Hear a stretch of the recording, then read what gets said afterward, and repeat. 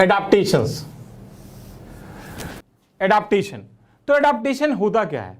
हम कहते हैं एनी मॉर्फोलॉजिकल, फिजियोलॉजिकल, बायोकेमिकल और behavioural change in an organism which helps that organism to survive or and reproduce under a particular set of environmental condition, and these changes are generally genetically fixed. That means they are stably passed on from one generation to another. Okay, तो adaptation हमारा क्या है कि any morphological, physiological, biochemical और behavioral change in an organism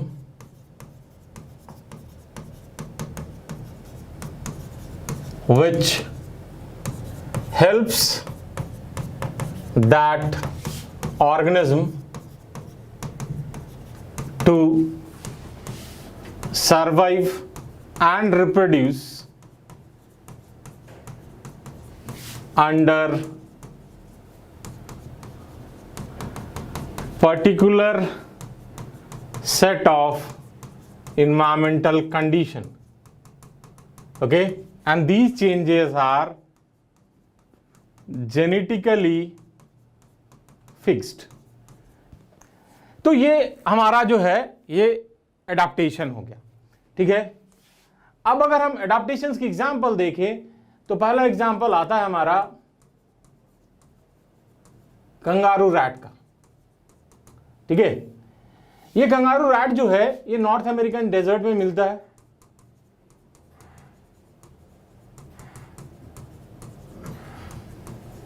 ठीक है। यहां पे there is no external source of water. So यहां पे कोई भी एक्सटर्नल सोर्स ऑफ वाटर नहीं है, तो इसका वाटर रिक्वायरमेंट कैसे होगा fulfil? By internal oxidation of fat, where water is a byproduct, ठीक है। प्लस इसको वाटर लॉस को मिनिमाइज भी करना है, ठीक है। तो they meet their water requirement through internal oxidation of fat plus to minimise the loss of water they have mechanism to concentrate urine। Okay, तो ये पहला अडेप्टेशन है। ओके ना, नेक्स्ट सेकेंड अडेप्टेशन। चलिए किसी ने बोला था उसी को ले लेते हैं, एलेंस रूल, ठीक है। Those organisms which are found in colder climate have small एक्सटर्नलीज, ठीक है। तो जो कोल्डर एरिया में ऑर्गेनिज्म रहते हैं उनका आप क्या देखोगे, लिम्स जो होगा, ईयर जो होगा, वो सब छोटे होंगे। पर्पस क्या है इसका? To minimise the loss of heat, ठीक है। तो ये सेकेंड एडाप्टेशन से क्वेश्चंस आते हैं और सिंपल होते हैं, आपको एग्जांपल याद होने चाहिए, ठीक है। अब हमारा थर्ड आता है, अगर आप जीरोफाइट्स को देखें,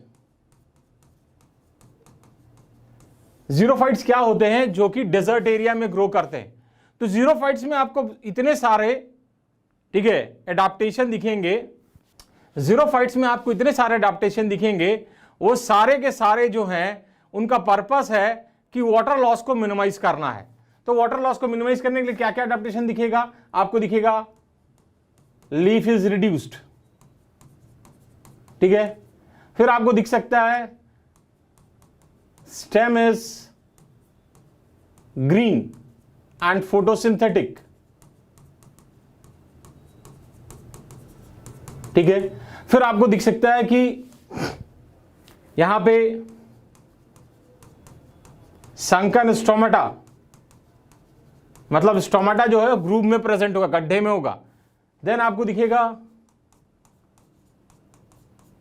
thick cuticle. Then you will observe this plant will follow CAM pathway. CAM pathway क्या होता है? Crassulacean acid metabolism. इसमें क्या होता है, जो प्लांट जो होता है अपना स्टोमेटा जो है रात को ओपन करता है, ठीक है, और रात को ओपन करके वो क्या करेगा, CO2 को स्टोर करके मैलिक एसिड में कन्वर्ट कर लेगा और उसको वैक्यूल में स्टोर कर लेगा।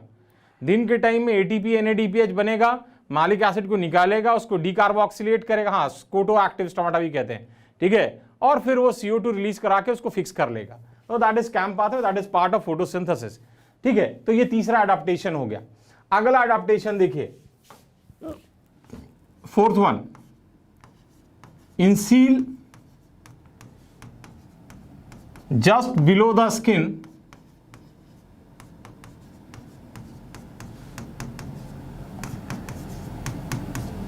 thick layer of fat is present,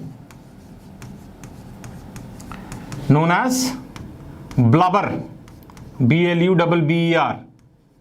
blubber का काम क्या है? इट एक्ट्स एज इंसुलेटर, और ये इंसुलेटर क्या करता है? हीट लॉस को प्रिवेंट करता है, ठीक है। Now fifth example,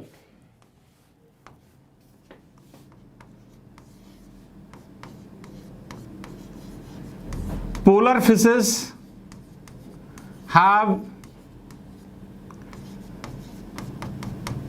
antifreeze protein, ठीक है। तो पोलर एरिया में जो टेम्परेचर होता है वो सब जीरो होता है, लेस देन जीरो होता है, ठीक है। तो वहां पे ऑर्गेनिज्म कैसे सर्वाइव करेगा? उनका कंटेंट तो फ्रीज कर जाएगा नहीं। तो अगर आपने केमिस्ट्री में पढ़ा होगा सॉल्यूशन में डिप्रेशन इन फ्रीजिंग पॉइंट, तो सिमिलरली यहां पे क्या होता है कि इनके बॉडी में एंटी फ्रीज प्रोटीन्स होते हैं जो कंटेंट को जमने नहीं देते, ठीक है। अगला एग्जांपल, ठीक है, सिक्स्थ वन, चलो नेक्स्ट पेज में करेंगे, पहले इसको कर लो फिर अगले एग्जांपल में जाते हैं ना। नेक्स्ट एग्जांपल जो हमारा आता है फिफ्थ या सिक्स्थ व्हाटएवर, ठीक है। आप जब समुद्र के अंदर जाते हैं, deep inside the ocean, what you will observe, there will be increase in pressure, and pressure inside the ocean is more than 100 times than the normal atmospheric pressure. वहां भी ऑर्गेनिज्म सर्वाइव करते हैं। कैसे सर्वाइव करते हैं? By different kinds of biochemical adaptation. तो हम लोग नेक्स्ट अडेप्टेशन है कि deep inside the ocean where pressure is more than 100 times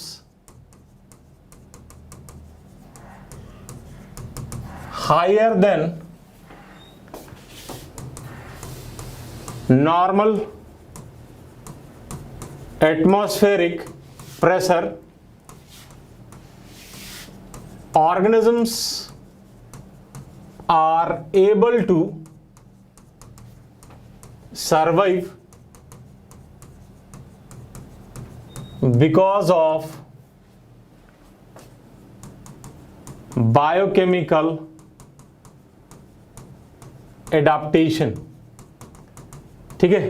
next example adaptation का, जो डेजर्ट लिजार्ड होता है, ओके, वो अपना जो बॉडी टेम्परेचर, ठीक है, जो डेजर्ट लिजार्ड होता है जो अपना बॉडी टेम्परेचर वो क्या करेगा, वो बिहेवियरल मीन से मेंटेन करेगा।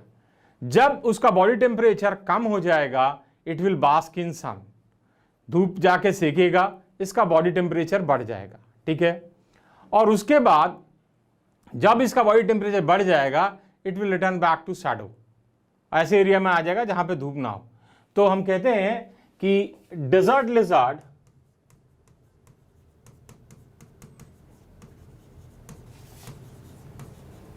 maintains its body temperature by behavioral means, ठीक है। तो ये कुछ सारे एग्जाम्पल थे। धूप सेकना, बास्क इन सन मीन्स धूप सेकना, हम लोग धूप सेकते हैं ना, ठंड में धूप में जाके बैठ जाते हैं, that is basking in sun, okay. तो ये कुछ एग्जाम्पल थे एडाप्टेशन के, ओके। हाँ, एक एग्जाम्पल रह गया, sorry, that is altitude sickness, sorry.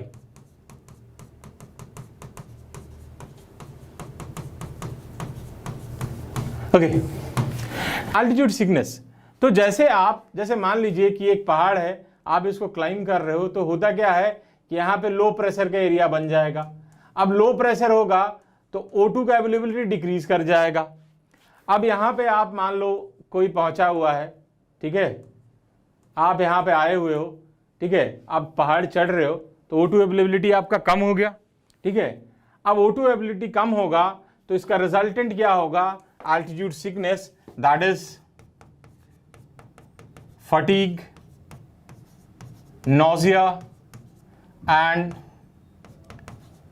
increased heart palpitation, okay. तो ये सब आपको बॉडी में फील होगा क्योंकि यहां पे O2 लेवल डिक्रीज कर रहा है हीट पे। लेकिन ग्रेजुअली आप क्या देखोगे, आपका बॉडी जो है इसको एल्टीट्यूड सिकनेस को ओवरकम कर लेगा। कैसे ओवरकम करेगा? First, by increasing production of RBC, and second, by decreasing binding affinity of oxygen with RBC, ठीक है। तो RBC ज्यादा हो जाएगा, ठीक है, और साथ के साथ बाइंडिंग एफिनिटी डिक्रीज कर जाएगा ताकि ज्यादा से ज्यादा वो ऑक्सीजन सप्लाई कर सके और आपका बॉडी जो है इसको ओवरकम कर लेगा, ठीक है, बाइंडिंग एफिनिटी को डिक्रीज कर देगा।